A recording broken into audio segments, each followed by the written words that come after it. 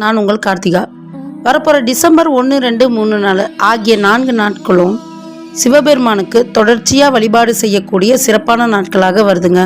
அது என்னென்னு ஒன்று ஒன்றா பார்ப்போம். டிசம்பர் 1 பார்த்திங்கன்னா சங்காபிஷேகம். உங்கள் வீட்டுக்கு அருகாமையில் இருக்கக்கூடிய சிவன் கோயிலுக்கு போய் சங்காபிஷேகம் எத்தனை மணிக்கு நடத்துகிறாங்கன்னு கேட்டுக்கோங்க. அதுபடி நீங்கள் சங்காபிஷேகம் கலந்துக்கிட்டு சிவபெருமானுக்கு அபிஷேகம் செய்வதை உங்கள் கண்களால் பார்க்கும் பொழுது உங்களுடைய கர்மவினைகள் விலகுது அப்படிங்கிறது ஒரு ஐதீகம். 2ஆம் நாள் டிசம்பர் 2 என்ன விசேஷம்? நம்ம பிரதோஷம். இதில் என்னங்க விசேஷம்? மாதம் தான் வருது அப்படின்னு சொல்லுவீங்க. ஆனால் அந்த கார்த்திகை மாதத்தில் வரக்கூடிய பிரதோஷ நாள் அன்று சிவபெருமானுக்கும் நந்தி பகவானுக்கும் சேர்ந்தாப்புல தீபாராதனை காட்டுவாங்க. அதை பார்க்கறது தாங்க விசேஷம். அப்படி 2ஆம் நாள் விசேஷங்களை நீங்கள் பார்த்து முடித்த பின்னாடி டிசம்பர் 3 அது என்ன விசேஷம்னு பார்த்தீங்கன்னா உலகமே எதிர்பார்த்து கொண்டிருக்கக்கூடிய மகா கார்த்திகை தீபம்.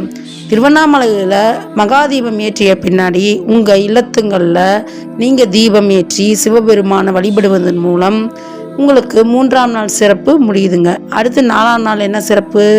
அதன் பின்னாடியே தொடர்ச்சியாக வரக்கூடிய பௌர்ணமி கிரிவலம் எல்லாரும் சுற்றுவது வழக்கம்.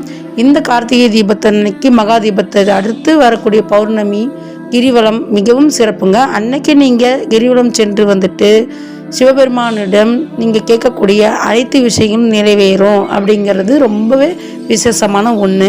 இந்த 4 நாட்களையும் நீங்கள் மிஸ் பண்ணாமல் பயன்படுத்திக்கோங்க. நன்றி.